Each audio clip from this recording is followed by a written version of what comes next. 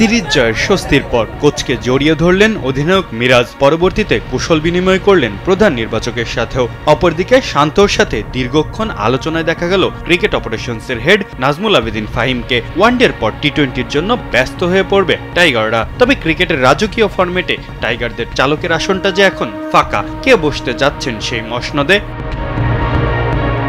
West Indies series শেষ হওয়ার পরেই টেস্ট খেলতে আসবে আয়ারল্যান্ড। এছাড়াও 2025 থেকে 27 ওয়ার্ল্ড টেস্ট চ্যাম্পিয়নশিপে ঘরের মাঠে ইংল্যান্ড, ওয়েস্ট ইন্ডিজ, পাকিস্তানকে মোকাবেলা করতে হবে টাইগারদের। এছাড়াও বিদেশের মাটিতে দিতে হবে অস্ট্রেলিয়া ও সাউথ আফ্রিকার বিপক্ষেও কঠিন পরীক্ষা।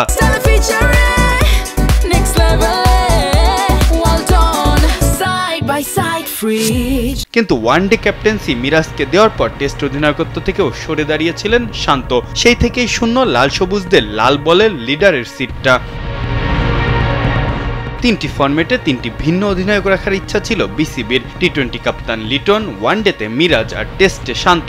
এমন বিবেচনাতেই কি তবে যাচ্ছে বোর্ড? যদিও মিরাজ জানালেন টেস্টের অধিনায়কত্ব দিলেও নিতে প্রস্তুত আছেন তিনি। হ্যাঁ, যদি দেয় অবশ্যই আমি করব, কিন্তু সেটার একটা প্ল্যানিং আছে, সেটা কিভাবে তারা চায় এবং আমি কিভাবে জিনিসটাকে চাই। সো দুই পক্ষকে একসাথে কথা বলে এবং মেন্টালি যদি ঠিক থাকে তাহলে অবশ্যই সেটা ভালো হবে। তবে শান্তর সাথে দীর্ঘ আলাপে তাকেও বোঝানোর হয়তো ট্রাই করছেন নাজমুল আবেদিন ফাহিম। মসনদে বসতে পারেন লিটন দাসও। দেশের ক্রিকেটে মিরাজ কিংবা শান্ত দুজনই বেশ আলোচিত ক্রিকেটারই। লিটন দাসও ফ্যান ফেভারিটদের একজন। তাই এখন দেখার বিষয় লাল বলে টাইগারদের সামলানোর দায়িত্বটা উঠে এখন কার কাঁধে।